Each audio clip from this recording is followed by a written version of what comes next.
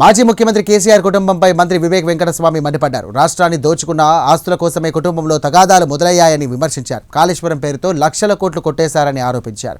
రాష్ట్ర ప్రజలను మోసం చేసి వందల ఎకరాల భూములు విలాసవంతమైనటువంటి ఫామ్ హౌస్లు కట్టుకున్నారని ఆయన ఆరోపించారు.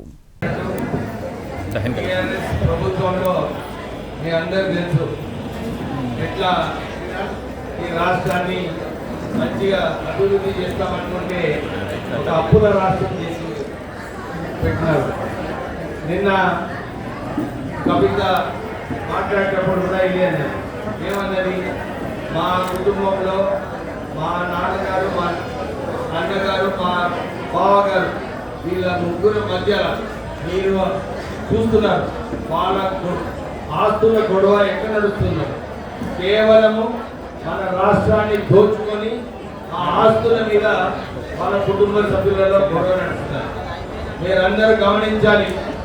టీఆర్ఎస్ పార్టీలో మనమందరం ఉద్యమంలో మనం పైసలు పెట్టి మనం ఉద్యమం చేస్తాము. కానీ ఈరోజు టీఆర్ఎస్ పార్టీ ఇంత ధనిక పార్టీ ఎట్లయింది? కేవలము ఈ కాళేశ్వరం ప్రాజెక్ట్ లెక్క కట్టి కమిషన్లు దోచుకొని వాళ్ళందరూ కూడా కరోడ్పతిలే. ఒకవైపు కేసీఆర్ అన్నాడు మహిళలను కరోడ్పతి చేస్తాడు, రైతులను కరోడ్పతి చేస్తాడు. కానీ వీళ్ళకి చేసిందా? చేయలేదు. కానీ ఆయన కుటుంబ సభ్యులు లక్షలాది కోట్ల రూపాయలు సంపాదించుకొని పెద్ద పెద్ద బంగ్లాలు, మనకేమో డబుల్ బెడ్రూమ్ ఇల్లు కట్టలే, వాళ్ళేమో ఒక 100 ఎకరాల ఫామ్ హౌస్లు కట్టుకున్నారు.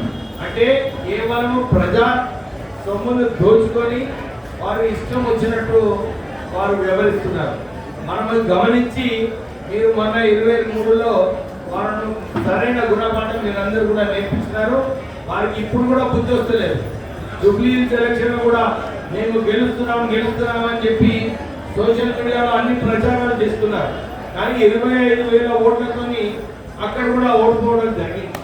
అంటే కేవలం వారు కొన్ని సోషల్ మీడియాలో పోస్టులు పెట్టుకొని మేము చాలా బలంగా ఉన్నాము, మేము ముందుకు పోతున్నామని చెప్పి ఒక డ్రామా వేయడం జరుగుతుంది. కానీ ప్రజలకు తెలుసు ఆ పార్టీ ఎట్లా చేసిందో. ఎందుకంటే దేశంలో ఈ ఎలక్ట్రాల్ బాండ్స్ అంటే అవినీతి పైసలు ఏదైతే సంపాదించిందో ఆ ఎలక్ట్రాల్ బాండ్స్ లో మన టీఆర్ఎస్ పార్టీకే ఈ దేశంలో ఏ చిన్న పార్టీ, ఏ రీజనల్ పార్టీకి రాని ఫండ్స్ అన్ని కూడా మన టీఆర్ఎస్ పార్టీకే వచ్చింది.